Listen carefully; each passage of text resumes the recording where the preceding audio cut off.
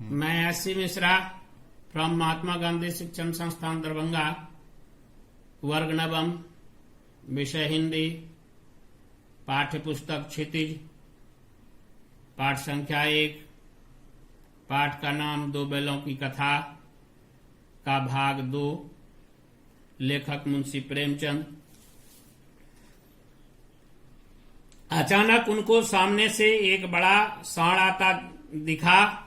उससे भिड़ने पर मरना तय है, यह सोचकर दोनों उससे बचना चाहते थे, पर कोई रास्ता भी न था। दोनों ने भागना को कायरता समझकर उस पर एक साथ चोट करने का निश्चय किया। चोट मीन्स हमला। उन्होंने तय किया कि वे एक और में इस तरफ से एक के झपटने पर दूसरा उसके पीठ में सींग घुसेड़ दे और सांड को एक साथ दो से लड़ने का अनुभव न था। अनुभव मीन्स तजुर्बा। जब उसने मोती पर हमला कर दिया तो हीरा ने उसे रगेदा। सांड ने जब हीरा का अंत करने के लिए वार किया, वार मीन्स हमला, तो मोती ने उसके पेट में सींग घुसेड़ दी और मोती पर झपटा तो हीरा ने भी ऐसा ही किया। सांड बेदम हो वहीं गिर पड़ा। तब उन दोनों ने उसे छोड़ दिया। आगे बढ़ने पर दोनों मटर खेत में घुस गए। अभी थोड़ा ही मटर खाए थे कि खेत के रखवालों ने उन्हें देख लिया। मेड़ पर खड़ा हीरा निकल गया, पर मोती सींचे खेत में था, वह भाग न सका। हीरा भी लौट आया। दोनों पकड़े गए और कांजी हाउस में बंद कर दिए गए। कांजी हाउस मीन्स मवेशी खाना होता है, जहां पर आवारा पशु को कैद किया जाता है। दोनों के जीवन में ऐसी पहली बार हुआ कि सारे दिन खाने को कुछ न मिला। इससे तो गया ही अच्छा था।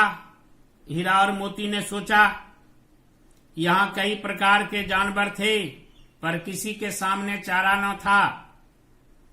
सारा दिन दोनों ने चारे का इंतजार किया, पर चारा लेकर कोई नहीं आया। दोनों वहां से निकल भागने की योजना बनाने लगे। बाड़े की कच्ची दीवार में हीरा ने चोट करके कुछ मिट्टी गिरा दी। उसी समय बाड़े का चौकीदार हाजिरी लेने आया।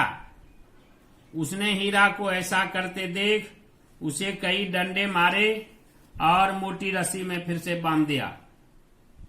इतना होने पर भी दोनों ने दीवार गिराना जारी रखा। 2 घंटे के बाद आधी दीवार गिर गई। यह देख पहले तीनों घोड़ियां, फिर बकरियां, बाद में भैंसें कांजी हाउस से भाग गई। पर गधे अब भी वहीं खड़े थे। वे डर के मारे भागना नहीं चाहते थे। आधी रात तक गधे नहीं वहीं खड़े रहे और मोती हीरा की रस्सियां तोड़ने में लगा रहा। सफल न होते देख मोती ने सींग मारकर गधों को वहां से भगा दिया और हीरा के पास जाकर सो गया। अगले दिन दोनों को खूब मार पड़ी और मोटी रस्सी में बांध दिया गया। 1 सप्ताह तक दोनों बिना चारे के वहीं पड़े रहे। वे बहुत कमजोर हो चुके थे। एक दिन बाड़े के सामने डुग्गी बजने लगी और 50-60 आदमी वहां एकत्र हो गए। दोनों को निकाला गया, पर ऐसे मृतक बैलों का कोई खरीदार न था। अचानक मतलब एकाएक एक दड़ियल जिसकी आंखें लाल तथा मुद्रा कठोर थी आया और उनके कुल्हों में, कुल्हे मीन्स होता है मवेशी के अगले पैर का ऊपरी भाग, उंगली गोदकर देखने लगा। यह देखकर दोनों अंतर्ज्ञान से कांप उठे।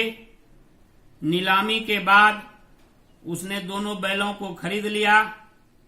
डर के मारे हीरा मोती उसके साथ गिरते पड़ते भागने लगे, क्योंकि जरा सी चाल कम होते ही वह डंडा बरसा देता था। राह में गाय बैलों को हरे हरे खेत में चरता देखकर उन्हें अपने भाग्य पर रोना आ रहा था।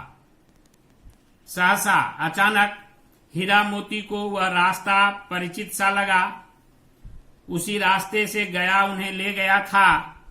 वही खेत, वही बाग और गांव उन्हें मिलने लगे। उनकी थकान और दुर्बलता मीन्स कमजोरी गायब हो उठी। उन्हें अपना खेत और कुआं पहचान में आने लगा, जिस कुआं पर वह पूर खींचने आया करते थे। अपना घर निकट देखकर दोनों रस्सियां तोड़ तेजी से भागे और अपनी बथान पर जाकर ही रुके। उन्हें यूं आया देख झूरी ने बारी बारी से उन्हें गले लगा लिया। अब तक दड़ियल ने आकर रस्सियां पकड़ ली।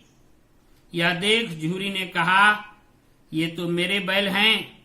इस पर दड़ियल ने कहा, तुम्हारे बैल कैसे? मैं इसे मवेशी खाने से नीलाम लिए आता हूं। यह कहकर वह जबरदस्ती उन्हें ले जाने की कोशिश करने लगा। उसी समय मोती ने सींग चलाया। दड़ियल डर के मारे भागने लगा। यह देख मोती दड़ियल के पीछे भागने लगा और उसे गांव के बाहर खदेड़ दिया। अंत में हार कर दड़ियल चला गया।